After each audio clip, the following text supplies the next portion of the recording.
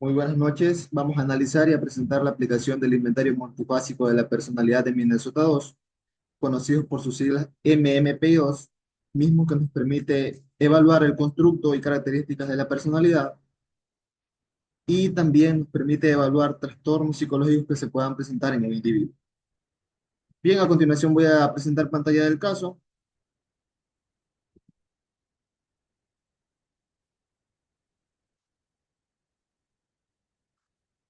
Ok,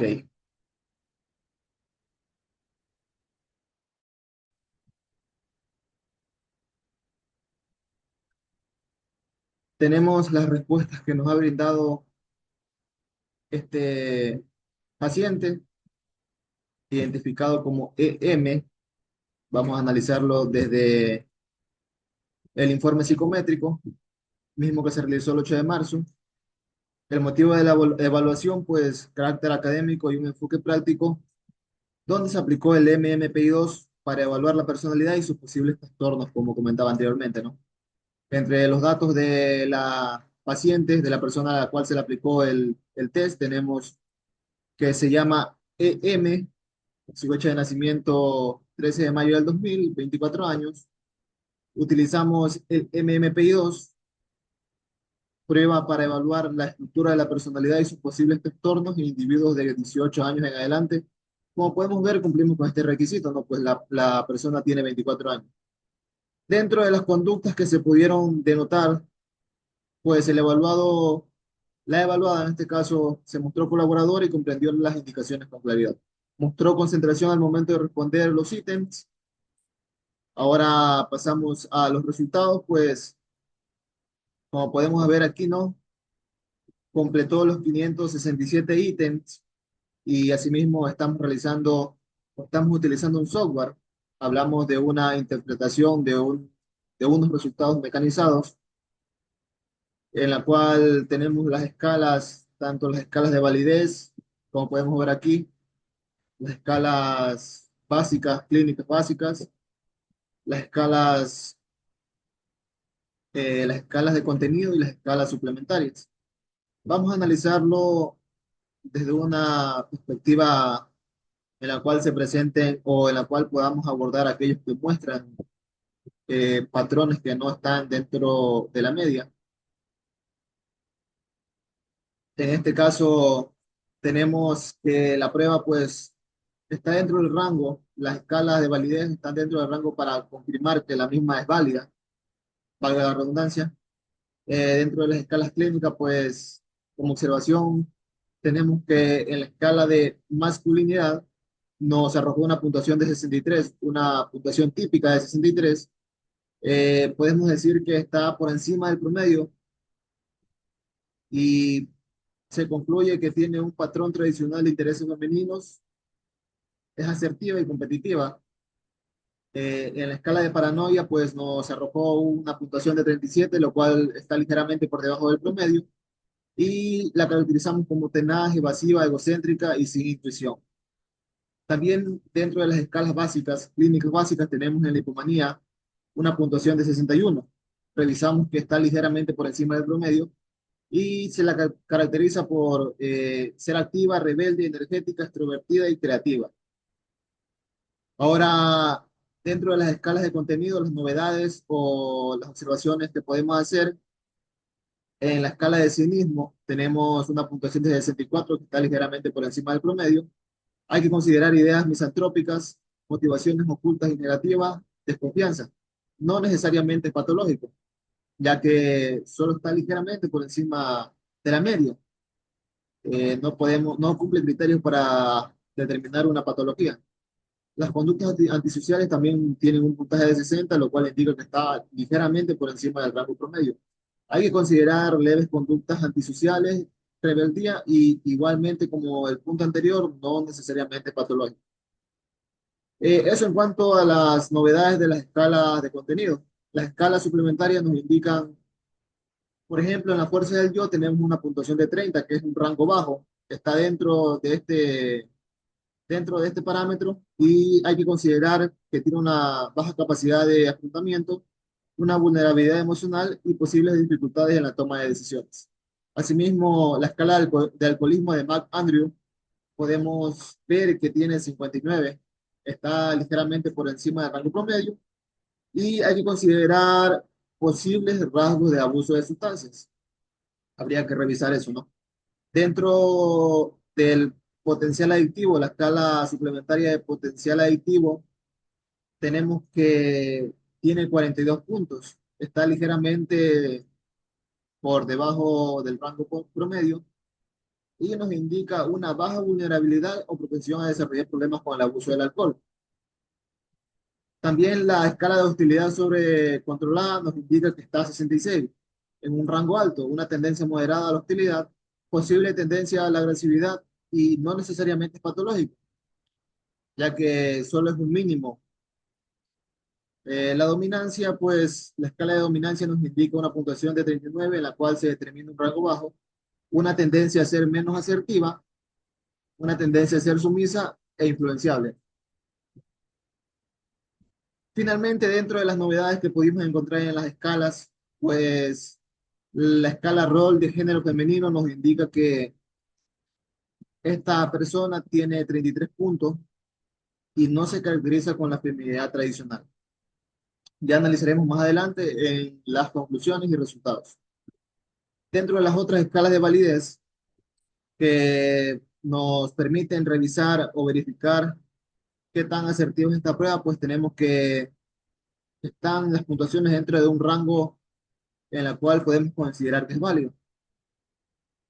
Bien, vamos a revisar la plantilla de Excel, la calificación mecanizada, pues aquí podemos ver las puntuaciones directas, las puntuaciones típicas, que son las que nos interesan para poder realizar la calificación. Nos concentramos un poquito en el gráfico, como podemos observar, entre 40 y 60, pues tenemos el promedio de la mayoría de los indicadores, de los reactivos, y dentro de lo que son las escalas de masculinidad, pues tenemos que tiene un pico un poquito más elevado que los demás. Asimismo, la escala de hipomanía, como revisábamos, ¿no? En la interpretación, en el cuadro. Lo mismo con la escala de cinismo. En general podemos ver que se mantiene una tendencia. No tenemos picos demasiado altos como para determinar una psicopatología, ni tampoco picos demasiado bajos que nos puedan indicar otras novedades. Los rangos están, o las puntuaciones están entre 40 y 60 y se mantiene constante esta línea, ¿no? Dentro de las escalas suplementarias, pues también podemos ver que se mantiene un patrón estable, una tendencia de 40 a 60 entre las diferentes escalas. Podemos también ver un pico alto o levemente alto, ¿no? Ligeramente alto en la escala de hostilidad sobrecontrolada y ligeramente bajo en la fuerza del yo. Estos picos no cumplen criterios o no son demasiado altos para poder determinar una psicopatología. Hay que considerar diferentes aspectos, como revisamos en el cuadro, que no necesariamente son patológicos. Aquí tenemos las subescalas. También vemos que son puntuaciones entre 40 y 60 que están dentro del rango promedio. Aquí en la escala clínica de histeria, en su subescala HI1, que es la negación de la ansiedad social, tenemos 61. Hay que revisar esa parte, es la que tenemos un poquito más elevado. Y las demás, pues, como les comentaba, tenemos entre 40 y 60, que es lo normal. Por aquí también en la escala de amoralidad, en la hipomanía, también hay que revisarla porque tenemos 62. Esta, esta calificación, esta interpretación mecanizada nos determina también los ítems críticos, que son aquellos que permiten determinar en qué parte o cuáles son las preguntas que nos llegan a identificar si de pronto la persona tiene, como por ejemplo aquí, depresión, algún trastorno o alguna creencia errónea. Aquí claramente en el trastorno del sueño nos ha respondido verdadero en el ítem 5, el ruido me despierta fácilmente, pues hay que tener muy en cuenta, ¿no? De pronto tengamos alguna novedad, algo que revisar en eso. También mis sueños irregulares e intranquilos nos ha respondido verdadero y casi todas las noches me duermo sin ideas o pensamientos preocupantes, nos ha respondido falso. Pues aquí podemos ver que de pronto pueda presentarse algún tipo de alteración del sueño algún, algún indicio de un trastorno del sueño, pues, y habría que revisarlo, ¿no? Asimismo, tenemos acá la escala de pensamientos y experiencias erróneas. Cuando estoy con gente, me molesta oír cosas muy extrañas, pues nos ha respondido verdadero. Veo a mi alrededor cosas, animales o personas que otros no ven, nos ha respondido verdadero. Tenemos que eh, nos ha respondido la pregunta 60, 96, 122, 316 y 427 que califican para pensamientos y experiencias erróneas. Serían 5 ítems, 5 reactivos. Habría que revisar nuestra parte también. Con abuso de sustancias no tenemos novedades. Actitud antisocial, pues sí, nos ha respondido 3 reactivos, lo cual es inferior a la mitad, no cumple criterios para determinar algún tipo de trastorno, pues, pero igual hay que revisar ciertas características, ciertos patrones de conducta que sí están ligados a la parte antisocial, ¿no? Lo mismo la conflictividad familiar, nos ha respondido solo un criterio. Creo que mi vida hogareña no es tan agradable como la mayoría de la gente que conozco, nos ha puesto falso, pues este indicador es un indicio de que puede haber alguna conflictividad familiar, pero como es único, no hay mayor novedad con eso. Asimismo, tenemos en agresividad, no tenemos ningún ítem crítico. En preocupaciones y desviaciones sexuales tenemos uno que tampoco nos puede señalar mayor novedad, puede ser algo normal. En síntomas somáticos tenemos 3 ítems reactivos críticos que nos ha respondido, lo cual sí habría que revisar, ¿no? Aunque no son demasiado referentes al total de estos ítems, son mínimos, por lo cual tampoco no se podría considerar algo patológico. En la escala de estado de ansiedad aguda, pues nos ha respondido el ruido me despierta fácilmente, mi sueño es irregular e intranquilo, nos ha respondido como verdadero, perdón.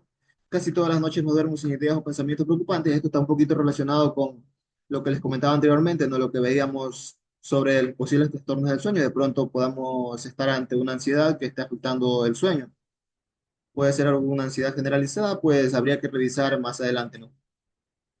Bien, esto en cuanto a los resultados mecanizados, a la interpretación, a los gráficos que nos desarrolló, nos determinó esta evaluación. Vamos a revisar ahora los resultados, las conclusiones generales, perdón, en la cual nos dice que las escalas de validez están dentro del rango aceptable.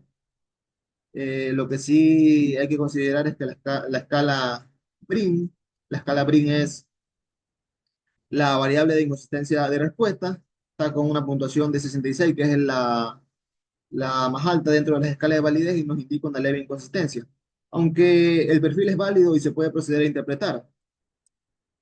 Además, hay que considerar que dentro de las escalas básicas solo tenemos observaciones en la depresión, que tiene una puntuación de 36, está por debajo de la media, lo que sugiere que la paciente no presenta signos significativos de depresión, esto es algo positivo.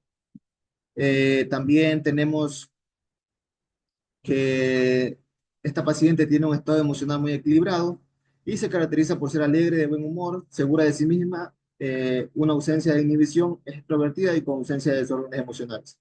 También tenemos la escala MFB. Bien, esta escala es la masculinidad, perdón, nos indica que tiene una puntuación de 63, que está ligeramente por encima del promedio, y sugiere que la paciente tiene un leve rechazo del papel convencional en las mujeres.